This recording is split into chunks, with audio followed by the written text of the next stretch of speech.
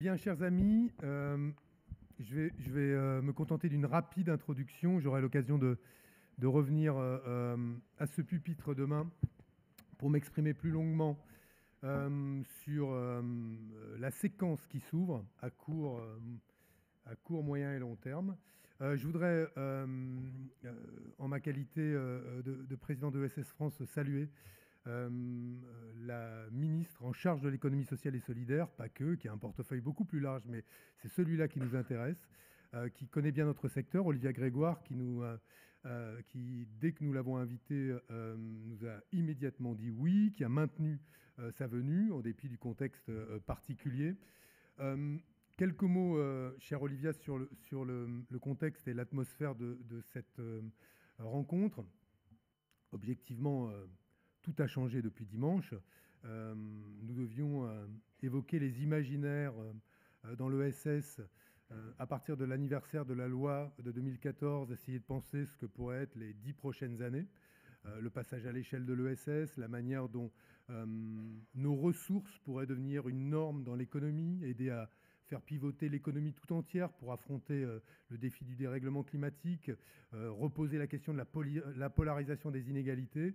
Bon, tous ces sujets sont évidemment toujours à l'ordre du jour, rien de tout ça ne tombe, mais dès lors que nous sommes placés sous la menace de la victoire d'un camp qui incarne l'inégalité, nous qui défendons l'égalité dans l'économie, l'égalité dans la société, dès lors que nous sommes placés sous la menace de la victoire d'un camp qui conçoit que le pouvoir n'est bon que quand il est autoritaire, là où le pouvoir se partage dans l'économie sociale et solidaire, là où on décorrèle même le pouvoir dans l'entreprise de l'argent qu'on y investit, ce qui est une vraie révolution copernicienne que nous expérimentons depuis des décennies dans l'économie, il est clair que l'état d'esprit qui domine est moins la sidération que la mobilisation et la réflexion autour des voies et des moyens que nous choisirons dans nos organisations auprès des millions de bénévoles, des salariés, pour faire obstacle à une victoire de l'extrême droite dans ce pays. Et je voudrais juste vous livrer, comme ça, de manière un peu impressionniste, peut-être 3 clés pour comprendre ce que sera notre état d'esprit. Ces 3 clés, je ne vais pas aller les chercher très loin. Je vais remercier Hugues Sibyl pour l'hommage qu'il a rendu tout à l'heure à Claude Alfandéry, qui est une figure qui continue et continuera de nous inspirer. Et quelques jours après son décès, Hugues m'avait fait l'amitié de me demander de dire quelques mots. Et je retiens 3 choses de l'engagement de Claude qui nous seront utiles et qui vont, Madame la Ministre, accompagner nos pas désormais. Nos pas d'ici le 30 juin et le 7 juillet, mais nos pas au-delà. La première des caractéristiques de l'engagement de Claude Alfandéry, c'est la persévérance, la constance dans l'engagement. Et ce que nous sommes venus chercher ici, je vous le dis, c'est le fait de se resserrer, de pouvoir trouver dans cette capacité à faire bloc ensemble les moyens de pouvoir nous projeter dans l'avenir en dépit de ces nuages sombres qui soudain sont arrivés au-dessus de nos têtes. Non pas qu'ils n'étaient pas là, ces nuages, hier, mais désormais, la possibilité imminente d'un grand saut dans le vide, la possibilité imminente d'un État raciste existe et dès lors nous appelle à nous mobiliser. Et vous pouvez compter sur la persévérance dans l'engagement, la constance dans l'engagement des femmes et des hommes qui représentent l'économie sociale et solidaire. La deuxième chose qui correspond à Claude, c'est la gravité. Ces derniers appels qui nous étaient adressés à vous comme ministre, comme à nous citoyens, étaient des appels limpides quand il évoquait la possibilité d'un retour de l'extrême droite au pouvoir, pas simplement en France, qu'il devinait que l'atmosphère était lourde, que les passions tristes dominaient le débat. Il devinait, il appelait les uns et les autres à la résistance, lui qui avait, au risque de sa vie, de son intégrité physique, choisi cette voie-là dans sa jeunesse. Il nous appelait à des formes de résistance qui n'étaient pas celles d'un engagement physique à combattre les extrêmes droites, mais déjà d'un engagement intellectuel, politique, philosophique, un engagement à travers nos associations, nos entreprises sociales, nos coopératives, nos mutuelles, pour faire en sorte que nous redisions que ce qui fait de nous des hommes et des femmes, des êtres humains, c'est le goût des autres, mais pas simplement ça, le goût des autres. Le fait que nous rentrions en lien avec les autres. L'homme est un animal social, et effectivement, il devient humain dès lors qu'il se reconnaît par effet miroir dans l'autre.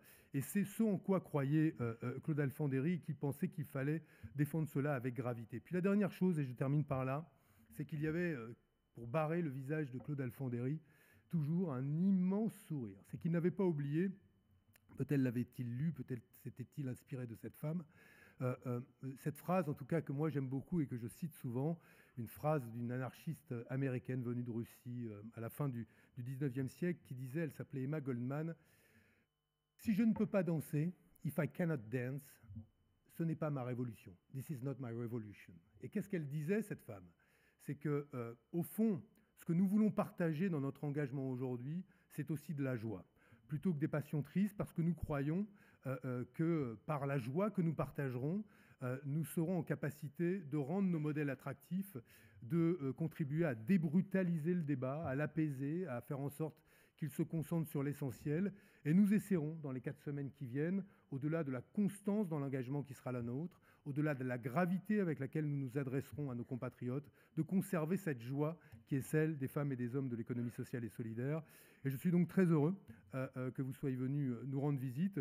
Et je vous invite maintenant à prendre la parole au nom du gouvernement et évidemment au nom de l'engagement qui est le vôtre en faveur de l'économie sociale et solidaire.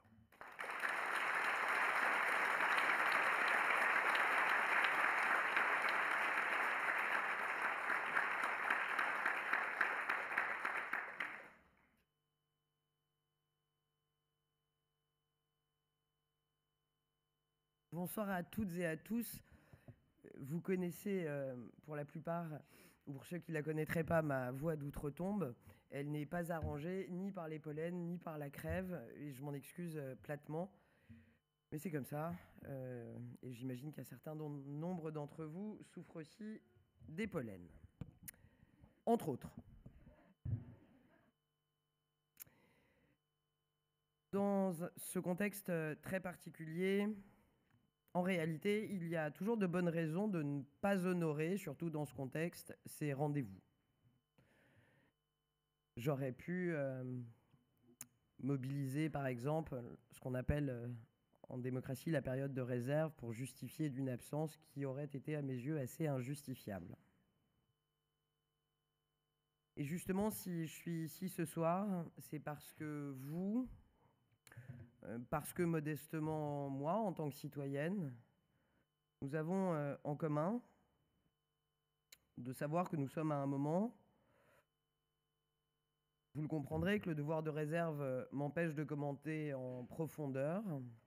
Et il me semblait important, au-delà de l'affection que j'ai pour les femmes et les hommes, j'y reviendrai, qui portent l'économie sociale et solidaire et que j'ai découvert depuis maintenant 4-5 ans, j'avais à cœur d'abord de venir pour témoigner.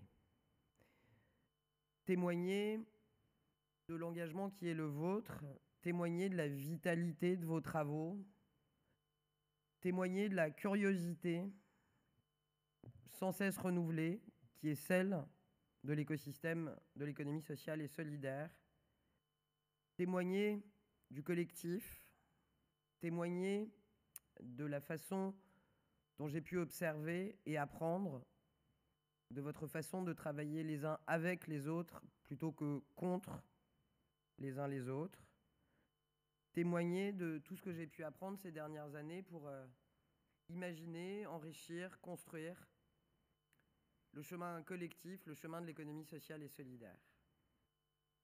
Dans le contexte d'une présidence renouvelée, j'avais aussi à cœur de témoigner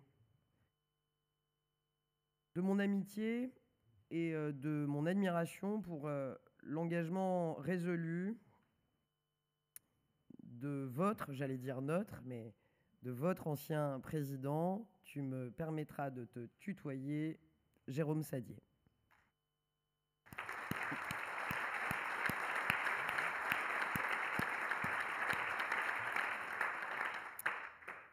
Jérôme, tu as su rassembler les acteurs de l'économie sociale et solidaire, les rassembler, continuer à les rassembler au sein d'une même famille, au sein de laquelle ils se reconnaissent et à juste titre, famille dont ils sont fiers.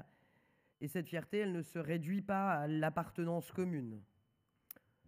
Elle ne se réduit pas au statut, comme on en a si souvent parlé.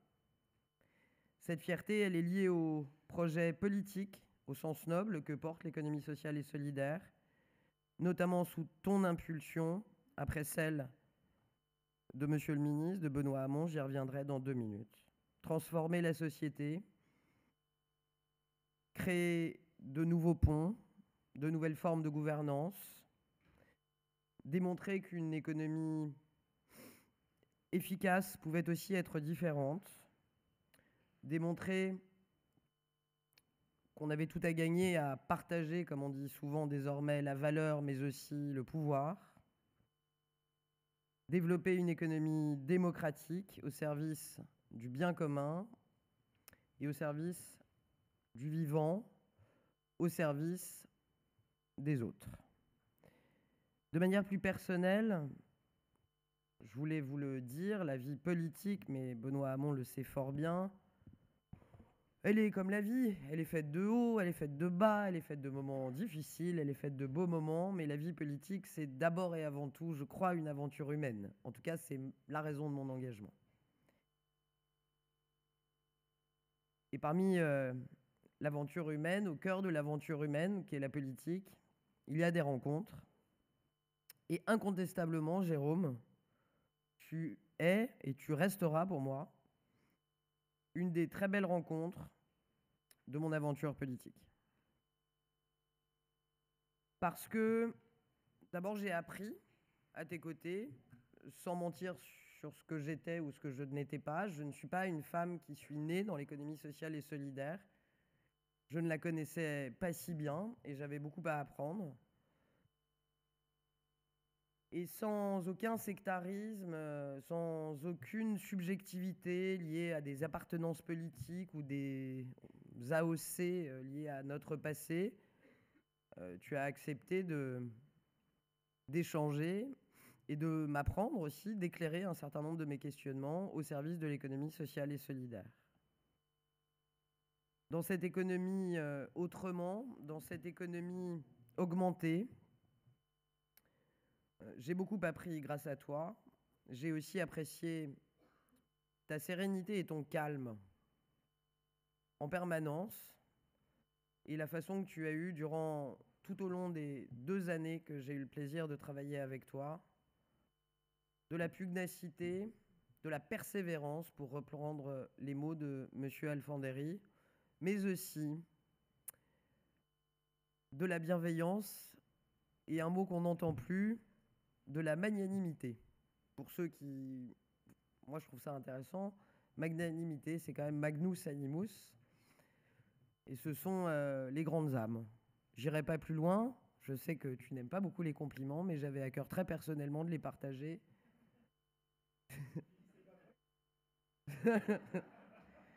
Si je puis me permettre, faites gaffe, monsieur le ministre. J'en ai quelques-uns pour vous aussi.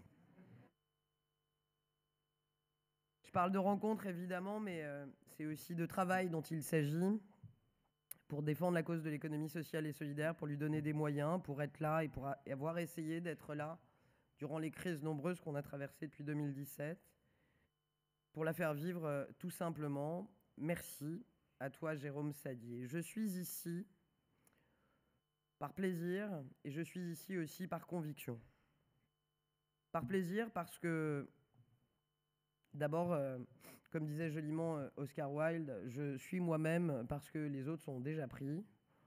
J'aurai 46 ans en septembre et je crains, avec l'âge, avoir du mal à changer. Je suis quelqu'un d'entier et je suis quelqu'un d'affectif. Alors, 2 qualités qui ne sont pas toujours les plus appropriées à la politique, je vous l'accorde.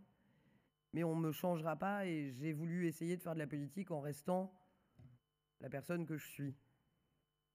Je suis ici par plaisir parce que mon attachement personnel à l'économie sociale et solidaire, celui que j'ai appris à développer à vos côtés, cette façon, encore une fois, d'être ensemble plutôt que face à face, côte à côte, à se soutenir plutôt que face à face à se détruire, m'a beaucoup appris.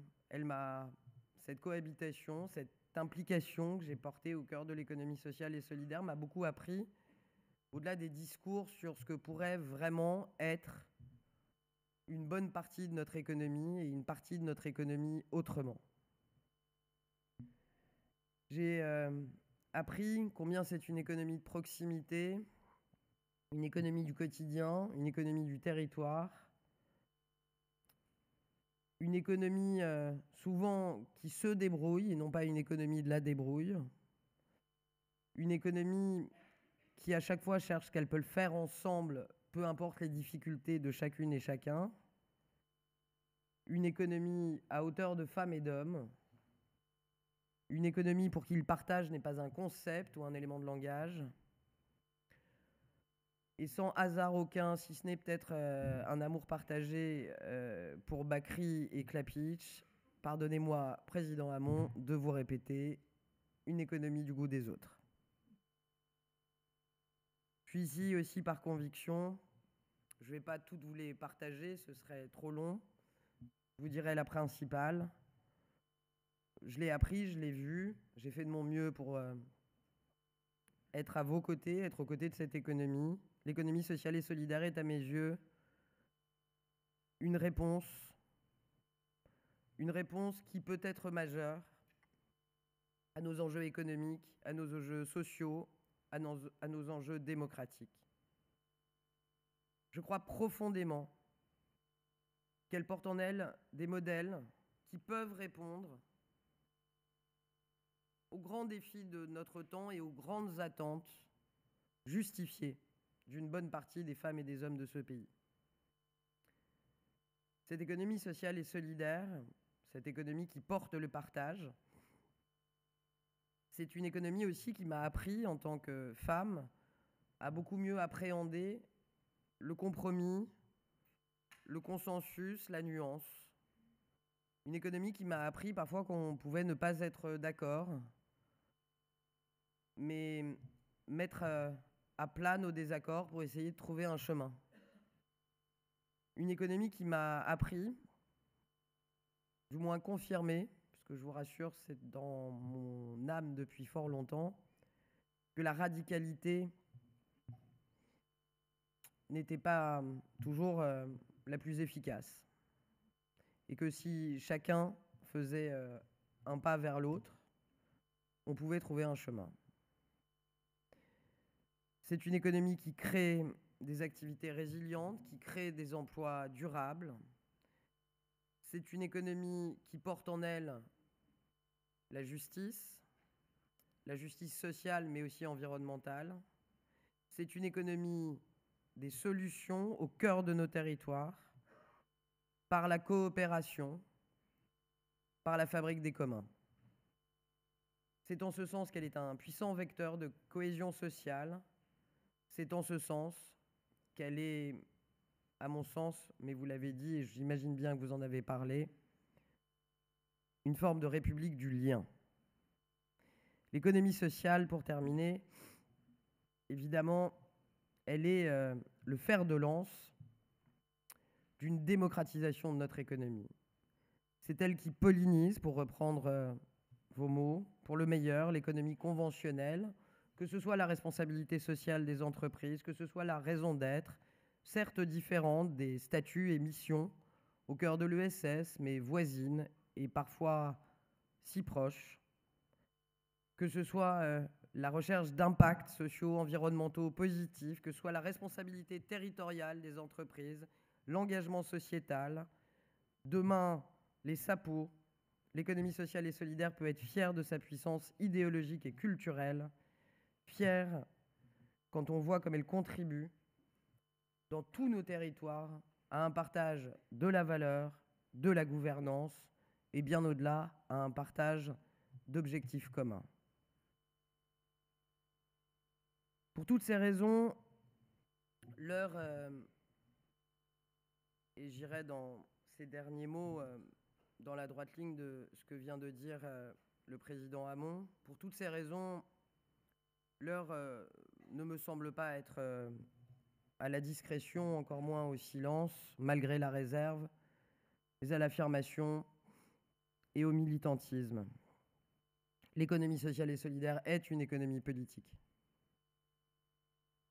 Au regard de ces enjeux, le rôle de l'État, et j'aurai tout au long de ma mission de ministre essayé d'y contribuer avec toutes mes forces et toute ma sincérité, le rôle de l'État est et sera de soutenir l'autonomie des acteurs de terrain, de soutenir vos capacités d'initiative dans tous les territoires, de soutenir peut-être mieux, mais je ne doute pas que vous serez là pour le faire entendre, votre contribution en matière d'innovation sociale. Et il faudra aussi faire entendre que la façon, la méthode dont les acteurs de l'économie sociale et solidaire arrivent à avancer ensemble est et doit être une réponse à la quête de verticalité qui aujourd'hui est quand même présente dans notre pays. En plus d'être des partenaires, vous devez être une ressource pour l'action publique en permettant à l'État de s'interroger, ce qui n'est pas une chose facile.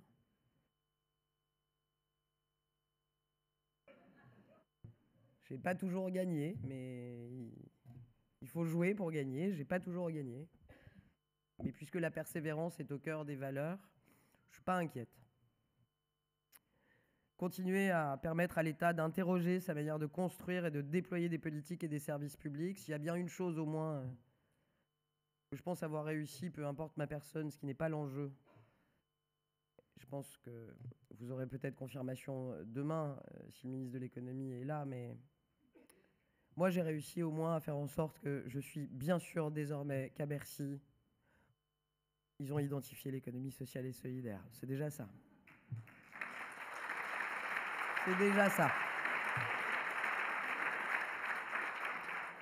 Et au moins, parmi les choses, je sais qu'il faut être vigilant, et je vous rassure, je ne fais pas de bilan, mais au moins quand je m'endors et quand je m'endormirai bientôt, je me dirai, au moins quand il y a une SIC, une SCOP, une ESUS, une COP, appelle la Direction Générale des Entreprises, je vous jure, ils vont vous répondre. Et ne serait-ce que ça, on l'a fait ensemble, Jérôme, dans cet hiver terrible en 2020. C'est si peu par rapport à votre engagement, mais il fallait le faire, et il faudra surtout le continuer, ça me semble être le plus important. Il faudra aussi que vous continuiez à être des ressources pour l'action publique en permettant d'améliorer l'action de l'État à travers ce que vous savez faire mieux que d'autres, identifier les besoins, notamment locaux, co-construire, mesurer l'impact. J'ajoute que les valeurs et les formes d'entreprendre que l'économie sociale met en œuvre, je vous le disais en introduction, je le crois profondément, sont au cœur des attentes des citoyens. Et pour autant, vous le savez tout aussi bien que moi, l'économie sociale et solidaire, elle est encore loin d'avoir révélé tout son potentiel. Visibilité, lisibilité, puissance, l'économie sociale et solidaire, elle a besoin que sa vitalité soit encore plus reconnue, plus encouragée, plus amplifiée.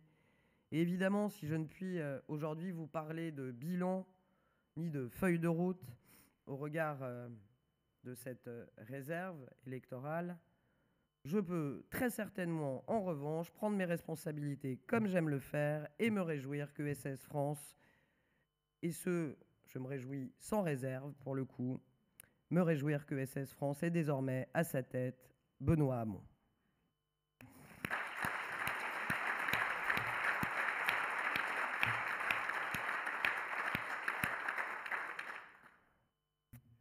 Dix ans après la loi que tu appelles pudiquement la loi de 2014, parce que nous on parle de loi Hamon quand même. 10 ans après cette loi qui porte ton nom, mais je sais que ça n'était pas ton objectif.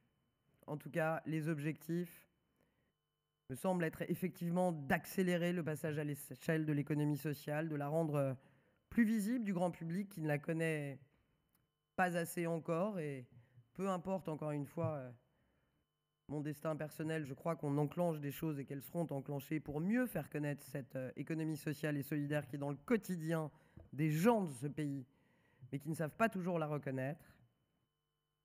Et vous dire aussi que je crois que c'est une économie qui a besoin d'avoir à sa tête, au-delà d'hommes et de femmes qui y croient, ça semble évident, mais d'hommes et de femmes qui sont assez alignés, comme on dit, raccords entre ce qu'ils font, ce qu'ils sont, ce qu'ils pensent, et indépendamment de nos parcours politiques.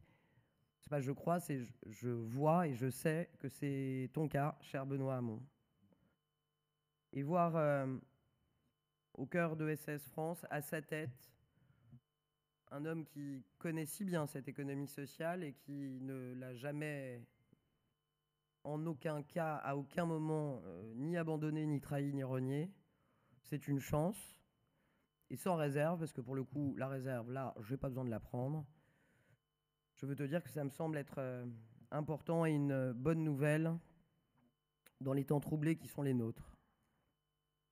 Tu citais tout à l'heure le grand Claude Alfandéry, c'est une économie qui a besoin de combattants. Et je n'ai aucun doute sur le combattant qu'est Benoît Hamon et son engagement total au service de l'ESS. L'histoire l'a démontré. Aucun doute non plus sur ta détermination, sur cette capacité que tu as à créer, à animer un collectif efficace, un collectif humain au service de l'économie sociale et solidaire. Alors, c'est compliqué de conclure. Ça ne peut pas être adieu. Je n'ai pas envie de vous dire au revoir. Je vais dire à bientôt. Mais quoi qu'il advienne, la vie est longue, et elle est belle, et elle est aussi espérance. Sachez que je serai toujours à vos côtés.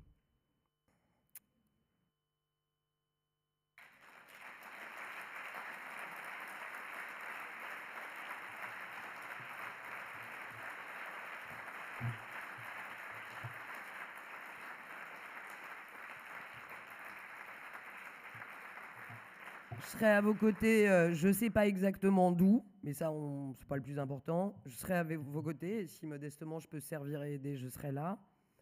Et je voulais terminer tout en respectant, bien sûr, les consignes de réserve, mais parce que j'ai remarqué quand même que le président Hamon avait souvent la citation qui va bien. Je ne sais pas si vous avez remarqué. Moi, j'ai avancé longtemps avec celle que tu m'avais fait découvrir du Butterfly, que tu m'as fait découvrir, parce que je ne la connaissais pas. Et celle de ce soir non plus. Moi, j'en ai une qui me poursuit depuis quelques semaines maintenant, et ça fait des années qu'elle m'accompagne. Et comme j'aime l'économie sociale et les gens que vous êtes, vous n'avez pas de bol, vous en aurez deux. La première, et vous comprendrez mon sous-entendu, c'est Jacques Prévert. On reconnaît le bonheur au bruit qu'il fait quand il s'en va. On a beaucoup de chance dans ce pays. On n'est souvent pas d'accord. On est une grande démocratie, une grande république.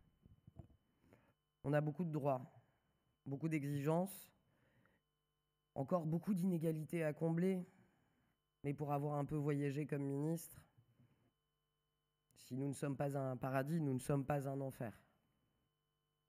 Et je m'inquiète parfois de me dire, est-ce qu'il faudra qu'on n'ait plus un certain nombre de choses pour qu'on se rappelle qu'on les avait ? Merci à Jacques Prévert. Et la dernière, ce sera sûrement mon épitaphe, c'est Sioran, je vous l'accorde, c'est pas le plus optimiste. Et c'est pas le plus simple. Il disait, ceux qui retombent toujours sur leurs pieds sont des déserteurs de l'absolu. Que ce soit vous dans vos vies, que ce soit moi peut-être aujourd'hui, c'est chamboulé, ça secoue. Il n'y a que ceux qui risquent rien qui retombent toujours sur leurs pieds. Et si j'ai une certitude concernant les femmes et les hommes de l'économie sociale, et une quasi-certitude me concernant, c'est que nous sommes tous sauf des déserteurs de l'absolu. Merci de le rester.